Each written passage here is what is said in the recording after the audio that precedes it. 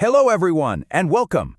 Today, we're going to dive into a really important topic that's at the heart of our country, India's diverse cropping patterns and its main agricultural seasons.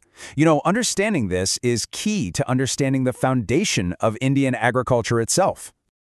So, have you ever really thought about this?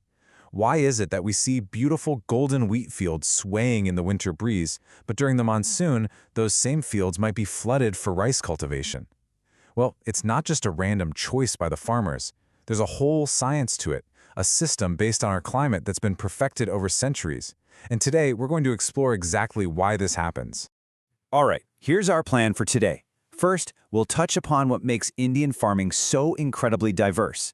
Then we'll get into the details of our three main seasons, Rabi, Kharif, and that short little season in between, Zaid.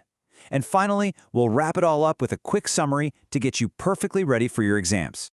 Okay, let's get started. India is such a vast and varied country.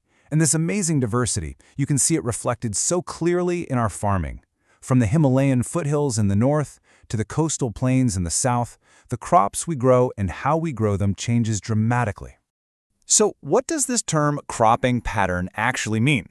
It sounds a bit technical, but it's quite simple. Basically, it's about which crops are being grown in a specific area and how much land is dedicated to each of those crops at a particular time. Think of it as a snapshot of what farming looks like in a region. So what makes a farmer in Punjab grow wheat while a farmer in Kerala grows something completely different? Well, a whole lot of factors are at play. The type of land matters, the soil is crucial, is it black soil or alluvial soil? And of course, climate and rainfall patterns are huge. But it's not just nature. Even our cultivation methods and our diverse cultures influence these cropping patterns. Now, to make sense of this incredible variety, we organize everything into three main cropping seasons. And these are the three names you absolutely need to remember: Rabi, Kharif, and Zaid. Getting a grip on these three seasons is the real key to understanding Indian agriculture. So, let's start with our very first season, Rabi. Now here's an easy way to remember it. Rabi means winter. Simple as that. These are the crops that are sown and grown during the winter months. Let's break this down. Rabi crops are sown between October and December, right when the weather starts to cool down. They grow throughout the winter and are finally harvested in the summer, between April and June. Now here's a very important point, especially for your exams. Where do they get their water? It's not from the monsoon. It's from something called the Western Temperate Cyclones, which bring those gentle winter rains, especially in North India. This is crucial for their survival. And the quintessential example of a Rabi crop is, of course, wheat. It's a perfect match for the season. It loves the cool weather during its growing phase, but then it needs that bright, strong sunshine during April and May to properly ripen the grains just before harvest.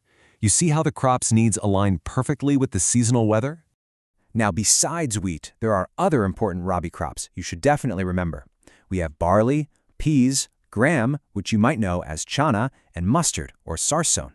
These are all classic winter crops that you'll see growing across the country.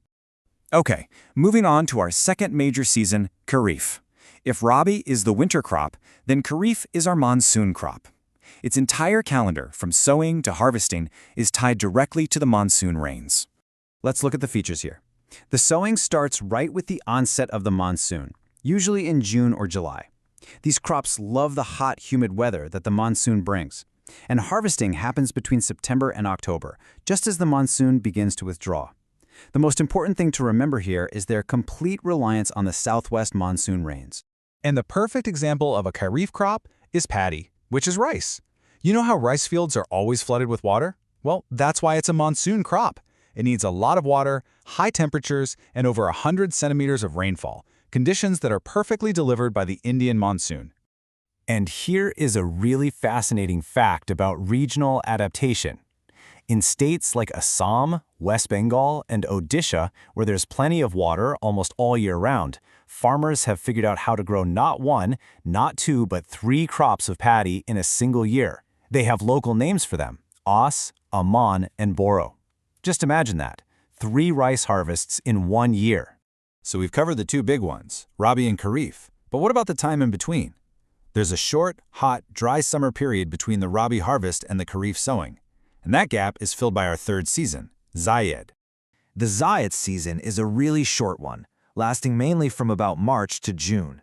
Because it's so hot and the season is so brief, only crops that can grow very quickly can be planted. Think about the refreshing fruits we all love in the summer: watermelon, muskmelon, and vegetables like cucumber. These are your classic Zide crops. Fodder for livestock is also commonly grown during this time. All right, so we've covered all 3 seasons. Now let's bring it all together and do a quick summary of the key points. This part is really going to help you revise and remember everything clearly.